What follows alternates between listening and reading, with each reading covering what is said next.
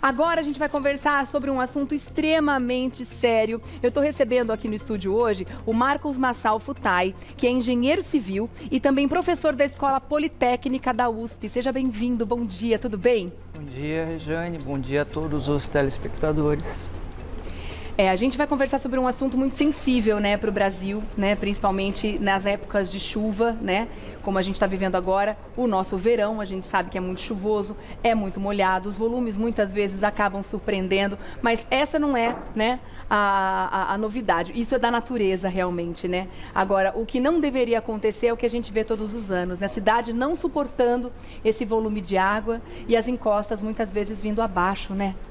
Exatamente. Todos os anos nós temos recorrências de desastres, às vezes pequenos escorregamentos, mas nós sabemos que todos os anos nós vamos ter chuvas no período do verão e algumas vezes acompanhadas de desastres quando esses eventos se tornam extremos. E os eventos extremos estão se tornando cada vez mais comuns e frequentes, então nós temos que esperar grandes volumes de chuvas e associados a isso possíveis escorregamentos e enchentes que podem transformar em desastres. Professor, vamos explicar então quais são as principais causas desses deslizamentos que a gente viu nos últimos dias aqui no Brasil? Então, os escorregamentos acontecem primeiro nas regiões montanhosas, então eu tenho que ter uma região propícia, que são regiões mais inclinadas, né? As chuvas, quando elas ultrapassam um determinado limite, nós começamos a ter pequenos problemas, né? Então, por exemplo, em Petrópolis nós sabemos que chuvas chovendo cerca de 50 milímetros em 4 dias vão ter problemas isolados. Mas se isso aumenta, chega a 100 milímetros, eu vou começar a ter algumas dezenas. Quando isso passa de 150 milímetros em 4 dias, podem acontecer desastres. Recentemente, nós tivemos um volume muito grande, 260 milímetros, em cerca de 12 horas ou algumas horas. Então, isso causa tantos problemas de deslizamentos nas encostas quanto as enchentes na baixada. Tá, mas não são todos os locais de montanha que a gente consegue registrar deslizamentos de terra. Tem alguma questão característica daquela região, com aquele tipo de solo, para os deslizamentos serem mais frequentes? Porque já é a terceira grande tragédia só naquela cidade, né, professor? Então, a primeira tragédia em Petrópolis aconteceu em 1966, morreram cerca de 80 pessoas. Depois, a maior tragédia aconteceu em 1988, com 171. Em 2001 também teve um outro desastre e agora em 2002, até hoje 182 pessoas, podendo ainda ter um número muito maior. Existem muitos desaparecidos ainda, né? Desaparecidos, quase 100 desaparecidos, então esse número vai superar 1988. Por quê? Porque a região é coberta por um solo de pequena espessura, né, que cobre a rocha e a água infiltra. Então, esse solo começa a se saturar, enche de água, e quando estabelece-se um limite, acontece escorregamento. Então, na realidade, a espessura é relativamente pequena.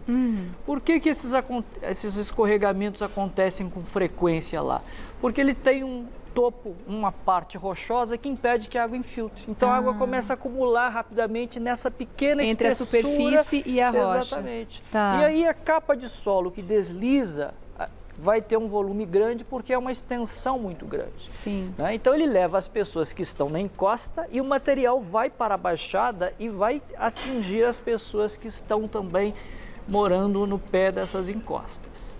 Se em vez de ocupação de casas existisse vegetação neste lugar, a terra desceria da mesma forma? Os escorregamentos são eventos naturais. Eles podem acontecer com ocupação ou sem ocupação. A ocupação antrópica, quando ela não é planejada, ela pode ser prejudicial. Então, e a transformação é muito rápida. Imagine que tem muita gente morando lá em áreas ocupadas de forma irregular. Então, não há controle. A engenharia não faz parte da ocupação. Então, nós temos casos onde há cortes, construções em locais de risco e às vezes as próprias construções ainda aumentam esse risco. Tá. Nós temos que levar água. Quando você tem uma área ocupada, ela não é uma área que no período seco ela está completamente seca. A água vai subir porque as pessoas vão ter que consumir água. Essa água vai ser infiltrada. Então, numa encosta natural que teria um período mais seco quando não chove, nesses locais ocupados não. Tem a água servida que ela subiu, às vezes até de forma irregular, mas ela vai infiltrar. Então é uma infiltração contínua, a pessoa abre a torneira, a água servida vai infiltrar e aí você já tem, num período que era para ser mais seco, já um período com o solo mais úmido. Então a gente pode dizer que existe ali uma combinação de um solo que já não é propício para uma ocupação urbana da forma como está sendo feita, mas essa característica natural de ter pedra e não ser totalmente permeável é o que facilita a descida da terra nesses volumes que a gente vê. Então, quer dizer, é uma região que deveria ter um controle muito maior do estado, do município, para que essas construções não aconteçam, né, professor? Nesse momento, o controle é complicado. Isso já deveria ter sido feito.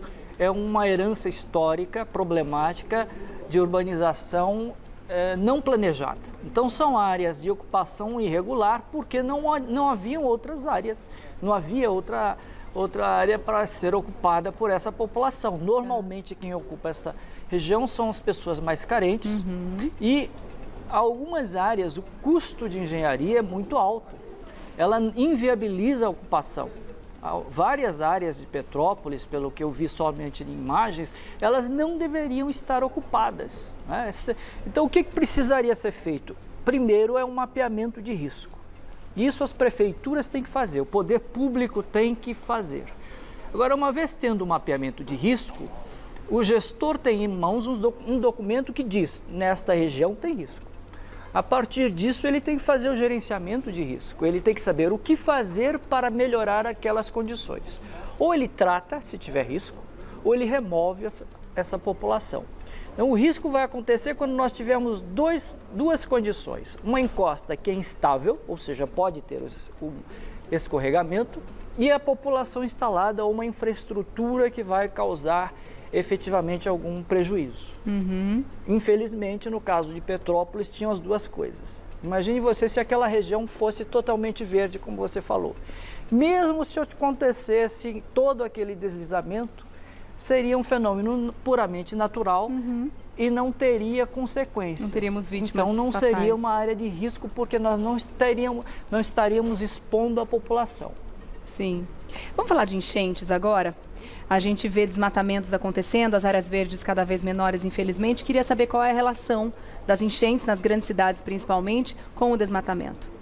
Então, o desmatamento hoje em dia, nas cidades principalmente maiores, já não é mais uma realidade, né? Nós já não temos mais uma área verde e é um sistema de drenagem relativamente complexo para um país como o Brasil, que é um clima tropical, que nós temos chuvas torrenciais. Isso exige um sistema de drenagem muito eficiente. Eu tenho colegas mais especializados para falar sobre isso, mas é uma consequência do clima, mas ela é previsível. Não é? Todos os anos nós vamos ter períodos de chuvas torrenciais no verão e nós temos que esperar um volume grande de chuvas. E isso vai depender muito, claro, do clima, mas nós não podemos culpar o clima. Nós sabemos que em algum momento nós vamos ter uma chuva tão grande ou maior que essa. E a gente ouve muitas vezes das autoridades essa desculpa, né? Não, a cidade não aguentou porque choveu muito mais que o esperado. Não, o esperado é que chova realmente bastante nessa época do ano. Justamente a falta de planejamento, essa impermeabilização absurda, né? Que acontece nas cidades de uma forma geral, propicia esse tipo de evento também, né, professor? Exatamente. Nós temos que lembrar que nós somos um país tropical, onde vamos ter muitas chuvas. Felizmente, o nosso problema é chuva. Nós não temos terremotos, não temos tsunami, então o nosso foco é escorregamentos e enchentes. Nós também temos secas, mas os dois fenômenos que causam maiores prejuízos são as enchentes e os deslizamentos, sendo que os deslizamentos causam mais mortes, né, porque a população consegue escapar menos dos deslizamentos do que das enchentes. E quais são as regiões do Brasil que sofrem mais com os deslizamentos? No Brasil nós temos uma concentração muito grande de escorregamentos ao longo da Serra do Mar, que percorre o litoral brasileiro, que vai desde o Espírito Santo até o Rio Grande do Sul, o Nordeste brasileiro, uma parte da parte central do Brasil na região mais sul. A região centro-oeste e a região norte tem menos problemas, mas nós podemos dizer que praticamente toda a faixa litorânea e sudeste e centro-sul do país nós temos problemas, como é o caso, por exemplo, de Minas Gerais, que não está na região de Serra do Mar, mas tem problemas também de escorregamento. Que é uma região bem acidentada, né? Exatamente. Toda vez que nós tivermos regiões acidentadas, montanhas, nós podemos ter problemas de deslizamentos e quase sempre estão associados também a enchentes, porque as bacias, a água cai na montanha e ela escorre para a baixada. Então é um volume muito grande que vai descer pelas encostas até chegar na região mais plana. Ah, bom, com relação às enchentes, acho que o pouco que a gente pode fazer é justamente cuidar do nosso lixo, né, professor? Ajudar a pouca permeabilização que a gente tem na cidade a funcionar, né? Exatamente, né? Nós temos que cuidar de tudo, inclusive principalmente quando não está chovendo. Aí você não pode jogar o lixo e entupir os bueiros ou os rios. E além disso, o tratamento, né? Por quê? Nós não podemos, hoje, o que vai fazer em Petrópolis hoje? A única coisa para fazer é tirar as pessoas. Não dá para fazer nenhuma obra de engenharia emergencial para tratar aquilo agora. Então o dinheiro que está sendo liberado vai ser o quê? Para resgatar as pessoas e cuidar dos desabrigados, dos feridos, da busca, que isso é muito importante também. Mas o que vai precisar ser feito no próximo ano, neste ano, nós temos que começar a prevenir logo em seguida. Vai acontecer para vai parar de chover, as pessoas vão esquecer. E aí, isso vai voltar à tona novamente no ano que vem, que vão ter talvez pequenos escorregamentos.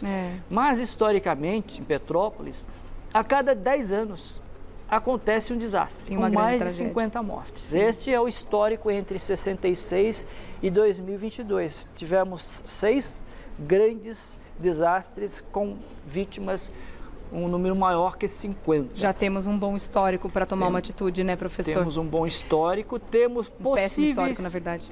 Temos possíveis agravamentos futuros, que não podemos também dizer que não esperamos mudanças climáticas, porque elas já ocorrem.